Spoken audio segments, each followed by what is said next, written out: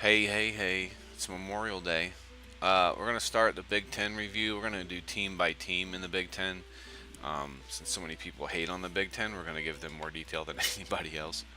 Um, 2019 Ohio State. What's the outlook? Well, who knows what their wins and losses are going to be. They're certainly not going to be undefeated. Um, they have a new quarterback, they have a new coach, and the new coach is Ryan Day. So, who is Ryan Day? Well, Ryan Day is a former player from the University of New Hampshire. He's about 40 years old. He played quarterback and he did okay. I think he was in the top 10 or something like that in quarterback yards in FCS football. Um, his offensive coordinator at the time was Chip Kelly, so that's kind of interesting. He crossed paths with Meyer in 2005 when he was a graduate assistant at Florida, and he spent a couple years in the NFL under the Eagles and the Niners, and then he joined Ohio State in 2017.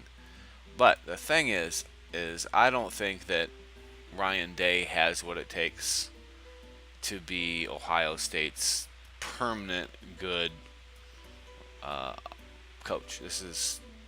I got a little audio clip for that.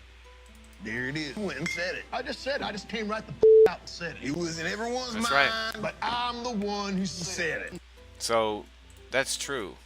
I came out and said it. Ryan Day does not have what it takes to be the next Ohio State coach to lead them to a national championship. Especially not this year when the Big Ten is more competitive this year than it has been in the last several years. And I will talk about why. All right, moving forward. So their first game is versus Florida Atlantic, and that's Lane Kiffin. Um, Lane Kiffin's a big joke, honestly. He's a huge joke. So I'm just predicting that's an automatic win. If it's not, Ohio State has huge troubles. Huge troubles. All right, here's the thing. Second game of the year, Ohio State is probably going to lose to Cincinnati.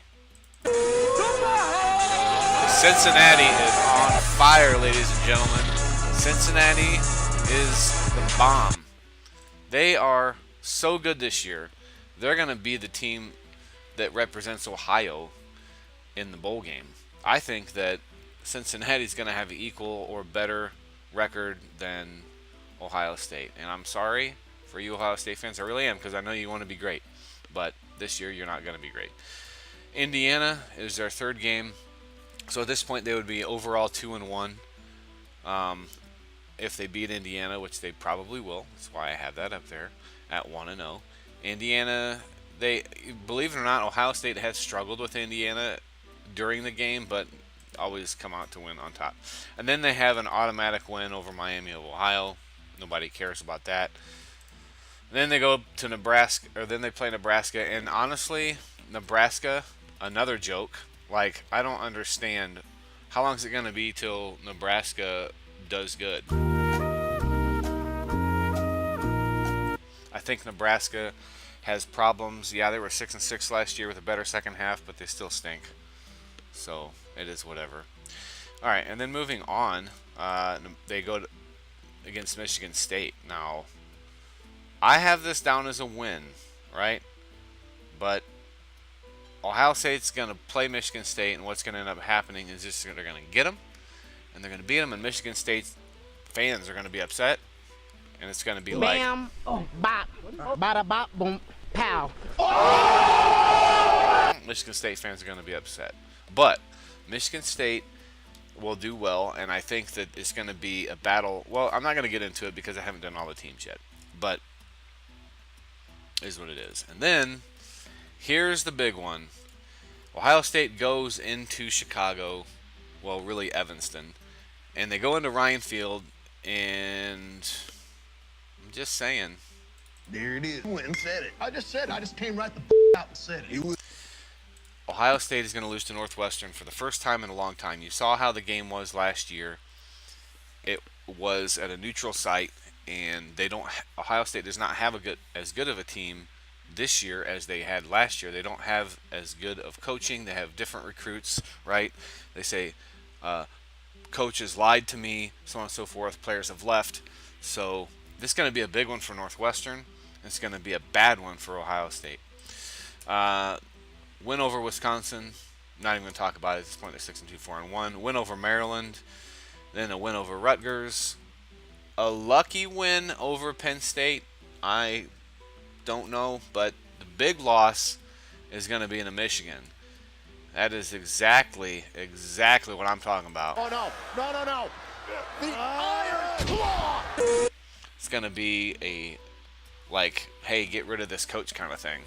And Michigan fans are just going to be pumped, and Harbaugh is going to be happy for his first win over Ohio State. I think that's exactly how it happens in Ohio State's situation with their schedule this year. So, unfortunately, they will have losses to Northwestern, Cincinnati, and Michigan. That's going to make them 7-2 in the conference. It may be good enough for them to win the conference if Michigan is like 6-3. But if Michigan is 7-2 with a win over Ohio State, it's going to have Michigan vying for that top spot. So, again, look at the wins, look at the losses. This is best case scenario for Ohio State. I mean, obviously best case scenario for every team is undefeated. But if they were to lose games this year, these are the 3 games I think they're going to lose. We all know last year Purdue beat Ohio State, and that was a shocker. So will that be the Cincinnati game, the Northwestern game? I don't know. But I think this is the year Jim Harbaugh has to prove himself, so that's why I have them losing the rivalry game.